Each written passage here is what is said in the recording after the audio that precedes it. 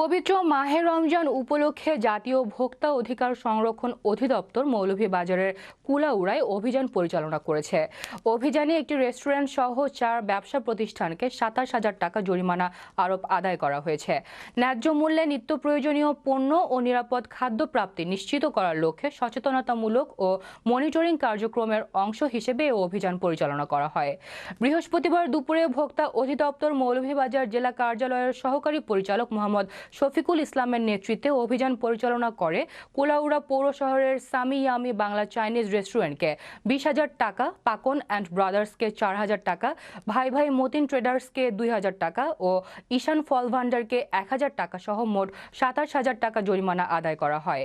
অভিযানকালে ভোক্তাধিকার অধিদপ্তরকে কুলাউড়া থানা পুলিশের একটি দল সহযোগিতা করে।